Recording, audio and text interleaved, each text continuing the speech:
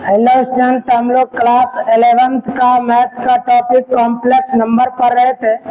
Polar form पर आधारित हम लोग क्वेश्चन बना रहे थे। तो एनसीईआरटी के अकॉर्डिंग एक्सरसाइज 5.2 में दिया गया। तो हम प्रश्न संख्या शायद 5 तक बता दिए थे, नहीं 5 नंबर तक इसके जस्ट पहले वाला वीडियो में डाल चुके हैं। अब इसमें एक टाइप केवल बता देंगे, प्योरली इमेजिनरी वाला कैसे बनाते हैं और प्योरली रियल वाला नहीं। तो आइए प्रश्न संख्या 6 में बढ़ते हैं। तो 6 नंबर में क्या है देखिए, पहले ही भाषा में लिख दिया था। प्रश्न संख्या 3 से लेकर 8 तक में जितना भी प्रश्न है सबको पोलर फॉर्म में लिखना है, सबको ध्रुवीय रूप में लिखना है। यह था क्वेश्चन। तो देखिए, तो अब 6 नंबर सवाल है कि -3 दिया गया, इसको जेड नाम देना पड़ेगा।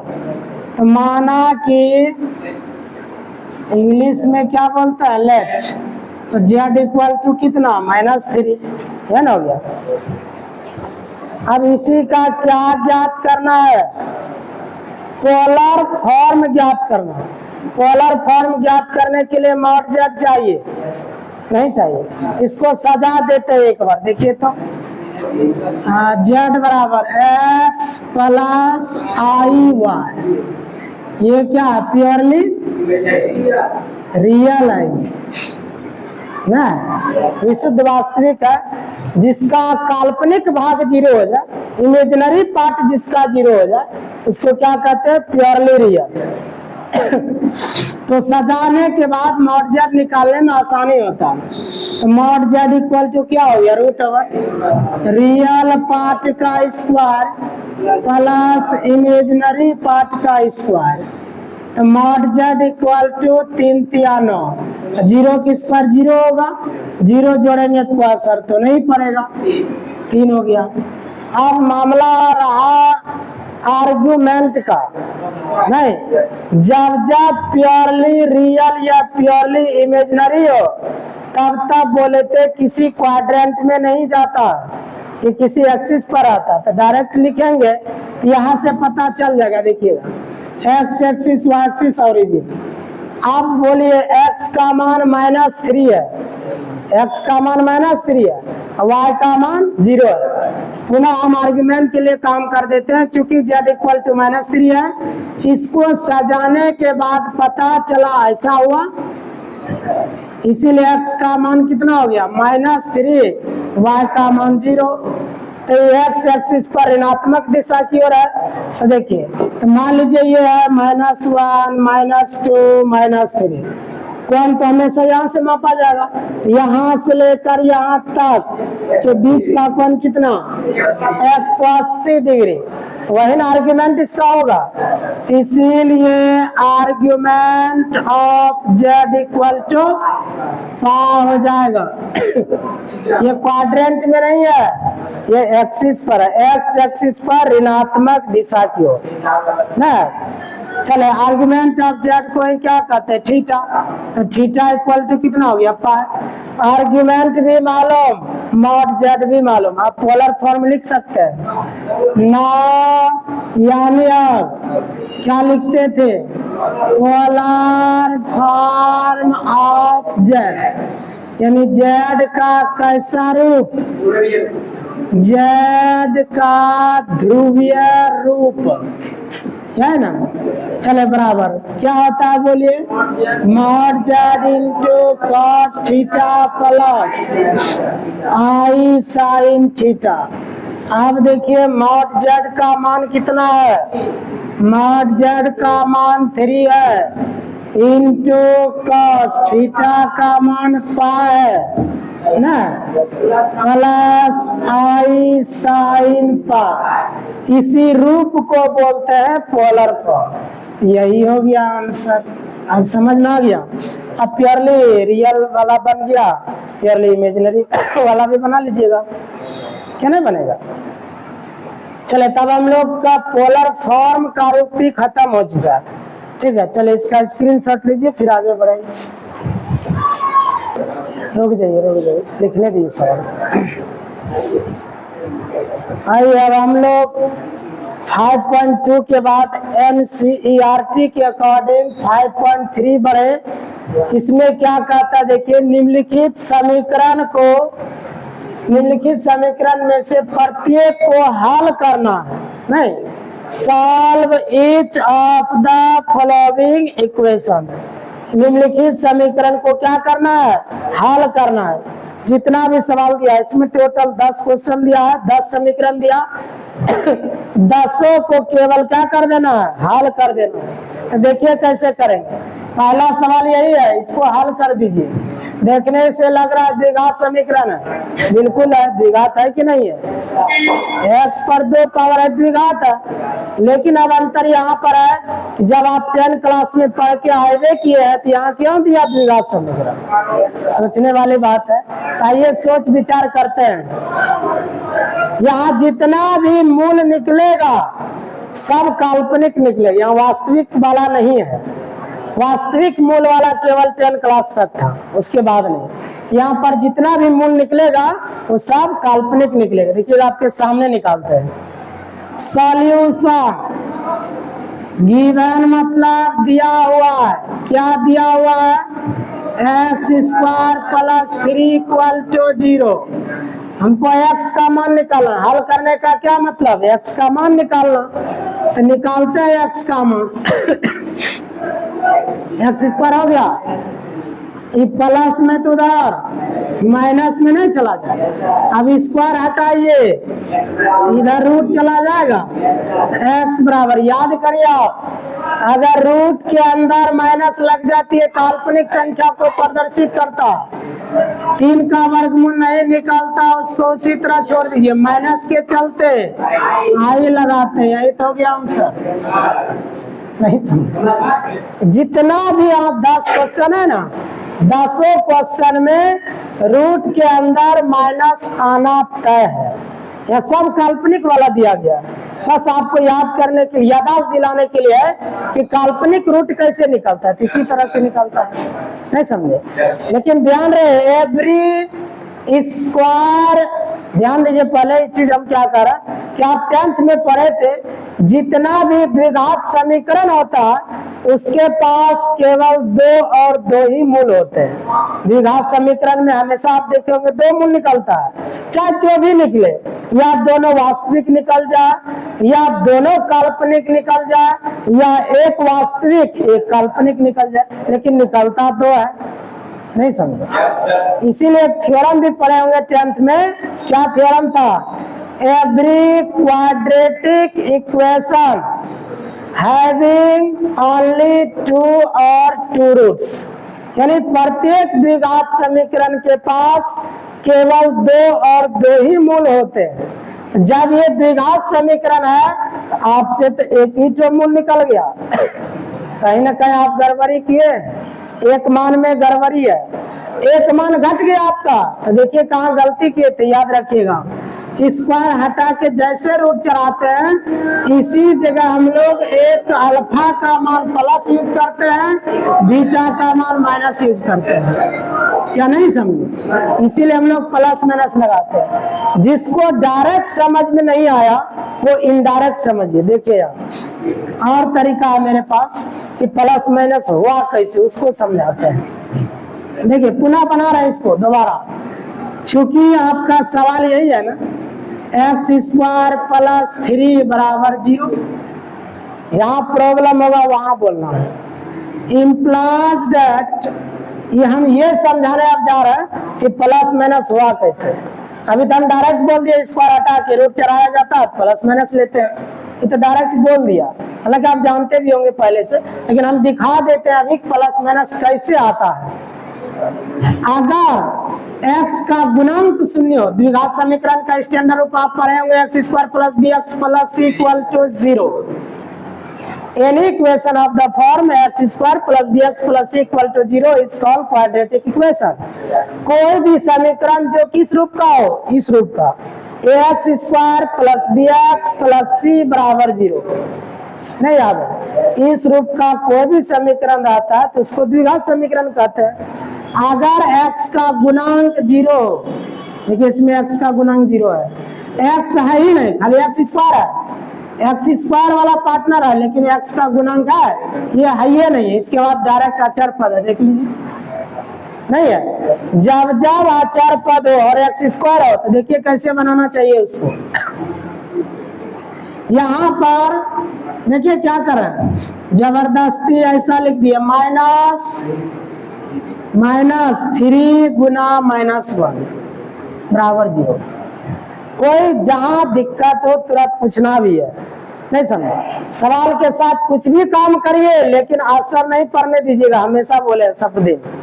जैसे देखिए सवाल तो आपका x² + 3 बराबर 0 है, लेकिन हम इसको क्या लिख दिए, x² - 3 गुना -1।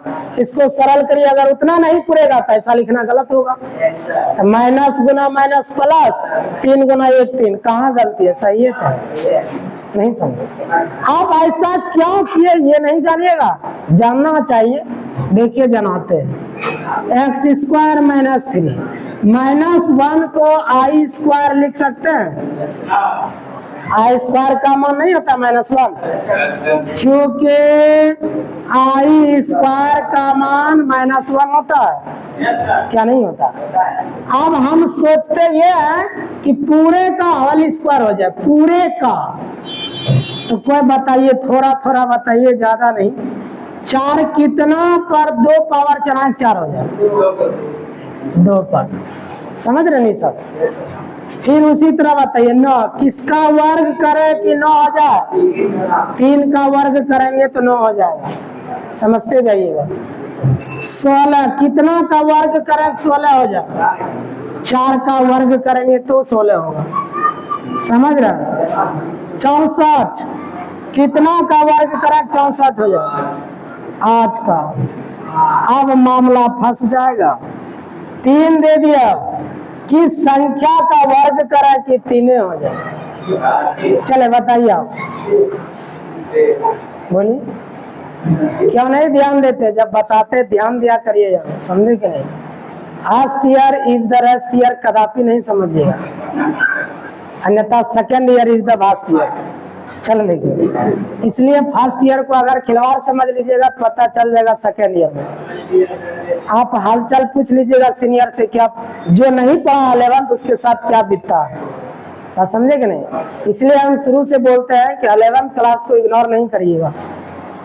आइए देखिए, तो जिस प्रकार आपने कहा 2 का वर्ग 4, 3 का वर्ग 9, 4 का वर्ग 16, नहीं 8 का वर्ग 64, उसी प्रकार से हम जानना चाहते हैं कि संख्या का वर्ग करें कि 3 हो जाए।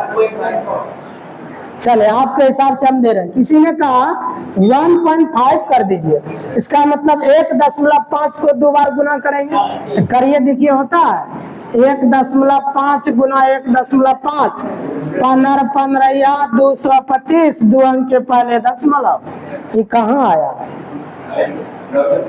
इसका मतलब फेल कर गया, ये गलत है। लेकिन इसको गुना करिए पुर जाएगा, 8 गुना 8, स्क्वायर मतलब क्या, 8 का स्क्वायर मतलब 8 गुना 8, 2 बार ना करते हैं, तो 8 गुना 8 करिएगा तो 64, देखिए पूरा, ये सही है। 4 पर पावर 2 का मतलब 4 गुना 4 करिएगा तो 4 चौके 16, 16 ही है, ये सही है, ये सब सही है, लेकिन नीचे गलत हो गया। बोलिए अब क्या होगा।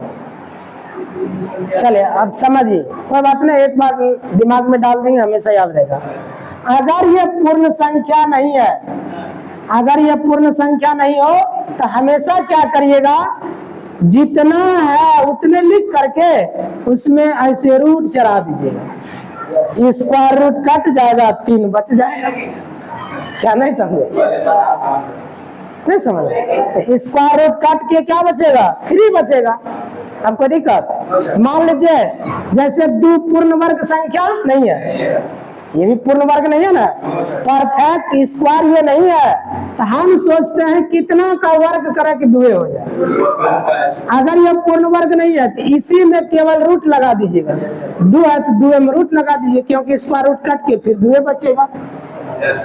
अब क्लियर हो गया। अब पूछ देगा फिर मान लीजिए 7, किसका वर्ग करें 7 हो जाए, तो रूट चढ़ा के 7 कर दिए, स्क्वायर रूट खत्म 7। अब क्लियर, कोई दिक्कत नहीं ना, क्लियर हो गया। इसको याद रखिएगा, अब याद रखना है क्योंकि बहुत जगह हमको यूज भी करना है, अभी सेकेंड ईयर में भी, यहाँ भी।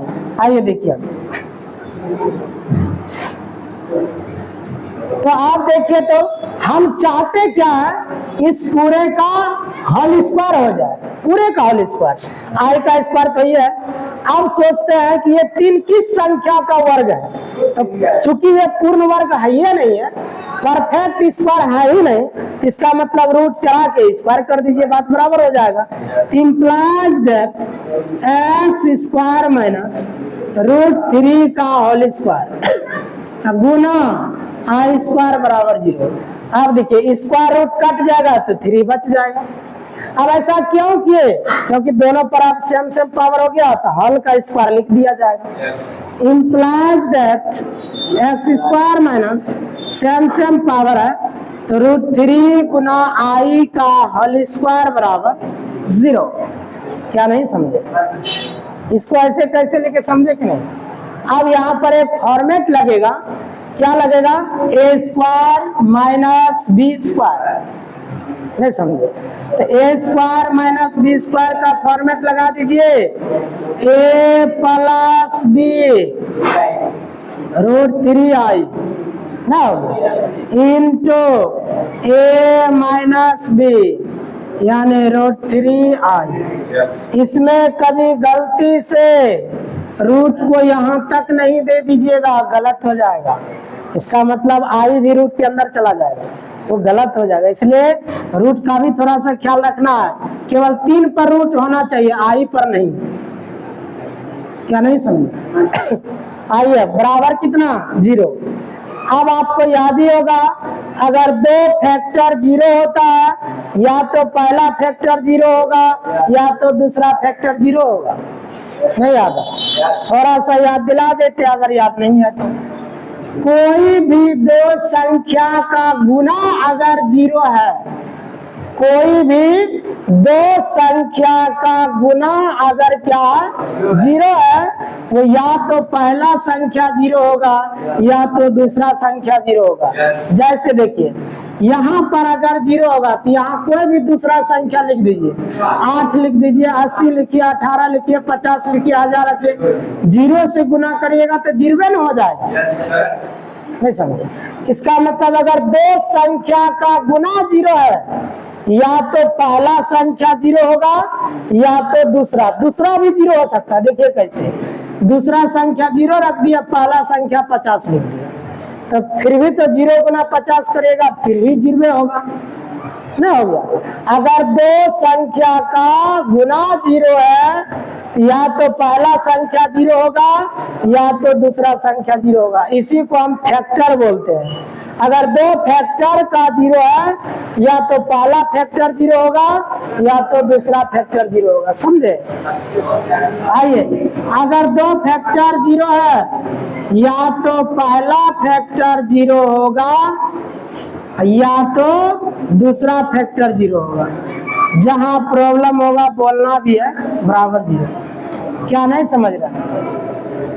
चले आइए देखिए, समझते चलिए ध्यान पूर्वक। अब x का मान निकाले, प्लस में तो दार माइनस में, तो x equal to minus √3i comma x equal to ये माइनस में उधर प्लस में चल जाएगा √3i। ध्यान रहे ये प्लस में आया है, ये माइनस में आया, तो ये भी x का ही मान है, ये भी x का ही मान है, तो दोनों को समेट कर ऐसा लिख सकते हैं, x का मान प्लस में भी √3 इंटू आई आया, माइनस में भी √3 इंटू आया, इसी को समेट के ऐसे लिखता है। अब मिलानी कर लीजिए जो पहले बनाए थे। नहीं समझ? आप क्लियर हो गया प्लस माइनस क्यों होता है? अभी भी प्रॉब्लम? चले, इसका मतलब अब क्लियर हो गया। अब या तो सवाल को आप इस तरीका से बनाइए या ऐसे बनाइए, गलत नहीं होगा, दोनों सही है, आप जैसे बना सकते हैं।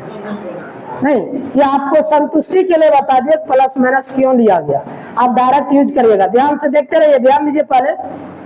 अब हम अपने मन से सवाल देते हैं। मान लीजिए अगर सवाल हो गया x प्लस 4 इक्वल टू 0, इसको सरल करना है तो तुरंत क्या करेंगे, एक्स स्क्वायर बराबर प्लस में है इधर माइनस में, जैसे स्क्वायर हटाइएगा यहाँ प्लस माइनस लगा के इधर रूट चला दीजिए -4।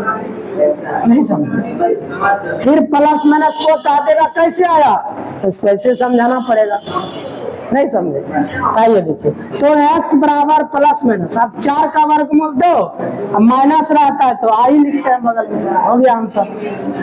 नहीं यार चले, तो अगर समझ में आ रहा है तो आप लोग जल्द से जल्द लाइक करें, सब्सक्राइब करें, दोस्तों को शेयर जरूर करें। चले इसका स्क्रीनशॉट लीजिए, फिर आगे की ओर बढ़ते हैं। आइए देखिए, आप प्रश्न संख्या 2 को देखिए। आप जैसे प्रश्न संख्या 2 बताएंगे, सारा सवाल उसी तरह बनाइएगा, टोटल बनेगा 10 का 10 बनेगा, ठीक है। आइए देखिए कैसे बनाते हैं। एक आप 10 क्लास में थ्योरी पढ़े होंगे, केवल याद दिलाते हैं। अगर कोई द्विघात समीकरण x² plus bx plus c बराबर 0, तो श्रीधराचार्य नियम या द्विघात सूत्र जिसको कहते हैं वो पढ़े होंगे, x बराबर -b plus minus √b² minus 4ac/2। नहीं पढ़े इसको, हाँ, या इसको डी भी बोलते हैं ना, डिस्क्रिमिनेंट भी बोलते हैं, विवेचक या विविधकर बोलते हैं। नहीं, इस जगह आप डी भी लिख सकते हैं। को ऐसे पढ़े होंगे, -b प्लस माइनस √d/2, एक ही चीज हुआ, यह ना डी का मान आया b²। इसका मतलब आपको डी का मान निकालना चाहिए पहले। नहीं भी निकालते तो डायरेक्ट इस पर बैठा दीजिए। इस सूत्र को देने वाले थे महान गणितज्ञ श्रीधराचार्य, इसीलिए इस सूत्र को श्रीधराचार्य नियम भी कहा जाता है। इसका खास नाम है, 10 में पढ़े होंगे, सब थ्योरी में पढ़ाया गया होगा, थ्योरी नहीं पढ़ा।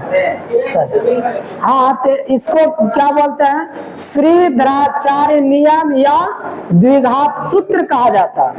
श्रीधराचार्य नियम इसलिए कहा जाता है कि श्रीधराचार्य गणितज्ञ ने इस फार्मूला को सबसे पहले बार दिया था, इसीलिए इसका नाम रख दिया श्रीधराचार्य नियम या द्विघात सूत्र।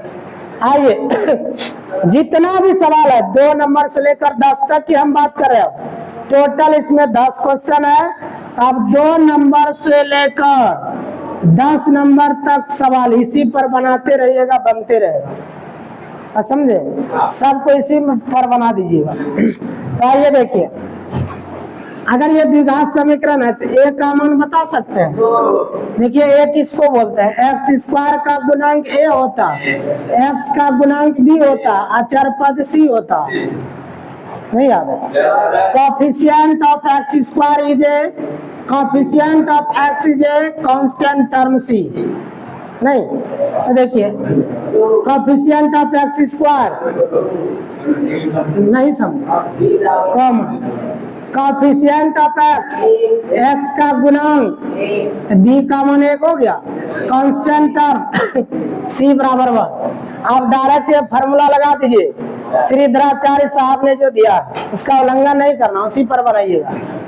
तो ना मतलब x बराबर हम लोग जानते हैं -b plus minus √b² minus 4ac/2a, नहीं जानते तो x बराबर डायरेक्ट मूल्य ही निकाल देगा अपने, तो -b बोलिए 1 प्लस माइनस √b का मान 1, 1 का स्क्वायर माइनस 4 गुना a का मान 2 है, c का मान 1 है, क्या नहीं समझे, बाय 2 गुना a का मान 2 है। सब तो भरपूर बनाएंगे 10 class. x equal to -1 plus minus 1 का स्क्वायर 1 ही होगा, 4 दूना 8 हो जाएगा, बटे 2 दूना 4 हो गया। समझ रहे हैं ना, x equal to -1 plus minus 1 में 7 घटाइए, सॉरी 1 में 8 घटेगा, -7 बचेगा, बाय 4। रूट के अंदर जितना भी सवाल होगा सब में माइनस में आते रहेगा, हमेशा। 10th में प्लस में आता था, कभी कदार माइनस आता था। जिस टाइम 10th में पढ़े होंगे अगर रूट में आता था ना तो वहाँ एक भाषा बोल देते थे, अतः इसका कोई वास्तविक मूल नहीं है, ये आप लिख के छोड़ देते थे। लेकिन यहाँ छोड़ना नहीं है, यहाँ उसको तोड़ना है। यहाँ आने के बाद छोड़ दिया जाता था ना, हम लोग छोड़ेंगे ना, इसको तोड़ेंगे। तो देखिए कैसे तोड़ते हैं। x बराबर -1 प्लस माइनस 7, चूंकि पूर्ण वर्ग संख्या नहीं है तो इसका डायरेक्ट वर्गमूल निकलेगा नहीं, इसका मान बता चुके हैं ना पहले, √7 है 7 लिखिए। अगर माइनस है यहाँ क्या लगाइए आई, इसी माइनस के चलते रूट के अंदर अगर माइनस रहता तो उसी के बदले आई लगाते हैं बटे 4। जो इसका शुरू से क्लास नहीं देखे उसी को यहाँ प्रॉब्लम होगा, इसको इसे कैसे लिख दिए। जो शुरू से क्लास आप अटेंड करते आ रहे हैं उसको कोई परेशानी नहीं है, थोड़ा हम कंफ्यूजन दूर कर देता है जिसको यहाँ दिक्कत है। मान लीजिए -4 का वर्गमूल आपको पता करना है, 4 का जो वर्गमूल जानते हैं उसको लिख दीजिए, 4 का वर्गमूल 2 होता है 2 लिख दीजिए, और रूट के अंदर माइनस लगा इसलिए आई लगा दीजिए, हो गया। -4 का वर्गमूल 2i होता। फिर देखिए मान लीजिए -16 का वर्गमूल पता करना है तो 16 का वर्गमूल 4, माइनस लगा है तो आई लगा दीजिएगा, इसीलिए -16 का वर्गमूल 4i हो गया। नहीं समझ, अब -√3 हो गया ऐसे, अब 3 का तो वर्गमूल नहीं निकल रहा है इसीलिए इसको रूट के अंदर ही छोड़ देते हैं, माइनस के कारण क्या लगा दीजिए आई, हो गया आंसर। अब समझे, चले आइए। तो अब आपका काम क्या रहा, प्रश्न संख्या 2 बनाइए दिए, अब 3 से लेकर 10 तक सारा सवाल आप एक साइड से बना लीजिएगा। सब में यही काम करिएगा, ABC लिख के सबको रखते जाइएगा, अपने मन निकलते चला जाएगा, समझे कि नहीं। चलिए तो अब आज के लिए इतना ही, पुनः हम लोग अगले क्लास में मिलते हैं, तो इसका स्क्रीनशॉट ले लीजिए।